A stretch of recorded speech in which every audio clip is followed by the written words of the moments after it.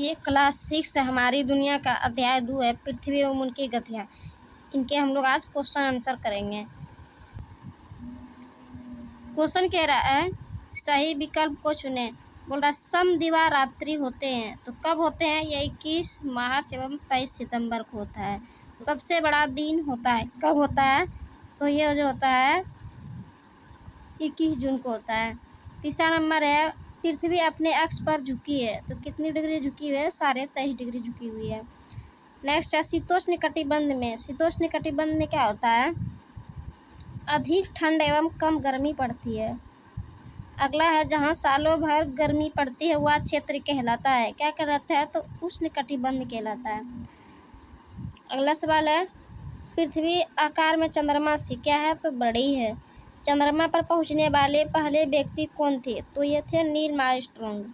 ये दूसरा नंबर देखते हैं, खाली जगहों को भरिए। तो बोल रहा है उत्तरी ध्रुव से दक्षिणी ध्रुव को मिलाने वाली काल्पनिक रेखा को क्या कहते हैं? तो अक्ष कहलाती है। इसमें अक्ष भराएगा। दूसरा है पृथ्वी की डैश गति के कारण दिन रात होते हैं तो ये घूर्णन गति के कारण दिन रात होती है। तीसरा है विषुवतीय प्रदेश में सूर्य की किरणें सालों भर लंबवत पड़ती है तो इसमें लंबवत भराएगी। चौथा नंबर है पृथ्वी डैश से डैश की ओर घूमती है तो ये पश्चिम से पूरब की ओर घूमती है। तीसरा नंबर सवाल है निम्नलिखित प्रश्नों का उत्तर दें। तो फर्स्ट है ध्रुवों पर 6 महीने का लगातार दिन रात क्यों होते हैं? ये किस कारण से होते हैं? तो आइए इसको हम लोग अपने नोटबुक में देखते हैं। तो इसका आंसर है उत्तरी ध्रुव पर सूर्य का प्रकाश लगातार 6 महीने पड़ता है जिससे यह 6 महीने का दिन रहता है और उसी प्रकार ठीक दक्षिण ध्रुव में अंधेरा होने के कारण ही दक्षिण ध्रुव में लगातार 6 महीने की रात होती है। दूसरा नंबर है दैनिक गति और वार्षिक गति में क्या अंतर है? तो दैनिक गति पृथ्वी को एक चक्कर करने में 24 घंटे का समय लगता है। पृथ्वी की इस गति को दैनिक गति कहते हैं। उसके बाद है वार्षिक गति। पृथ्वी अपने अक्ष पर घूमती हुई 365 दिन में धीरे धीरे खिसकती हुई सूर्य का एक चक्कर पूरा करती है। पृथ्वी की इस गति को हम वार्षिक गति कहते हैं। तीसरा नंबर है अक्ष किसे कहते हैं?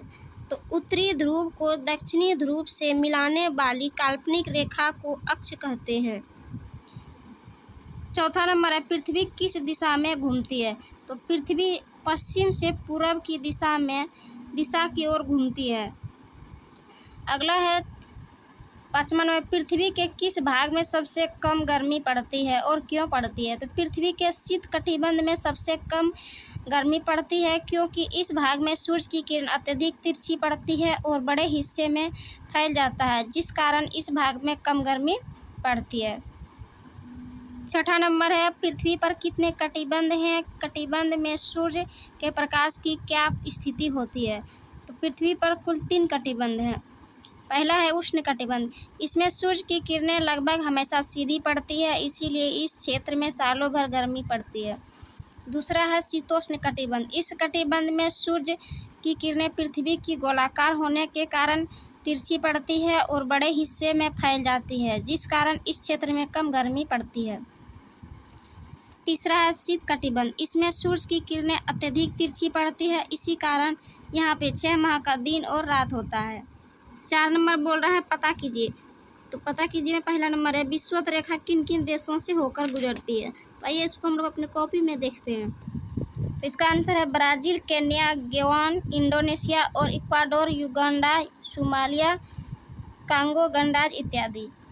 दूसरा नंबर इसका क्वेश्चन है शीत कटिबंध में स्थित कुछ देश का नाम बताइए। तो कुछ देश का जो है जर्मनी, फिनलैंड, रूस, डेनमार्क, नॉर्वे, कनाडा, स्वीडन इत्यादि। तीसरा नंबर है शीतोष्ण कटिबंध में स्थित कुछ देश के नाम बताइए।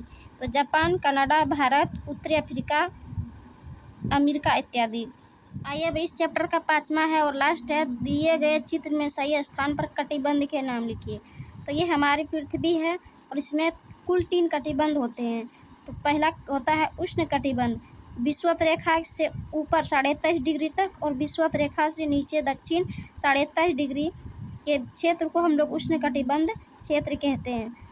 और इसमें 23.5 डिग्री उत्तर से लेकर 66.5 डिग्री उत्तर के क्षेत्र को उत्तर समशीतोष्ण कटिबंध कहते हैं।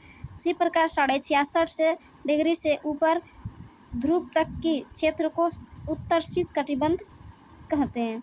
ठीक उसी प्रकार नीचे 23.5 डिग्री से लेकर 66.5 डिग्री दक्षिण के भाग को दक्षिण समशीतोष्ण कटिबंध कहते हैं।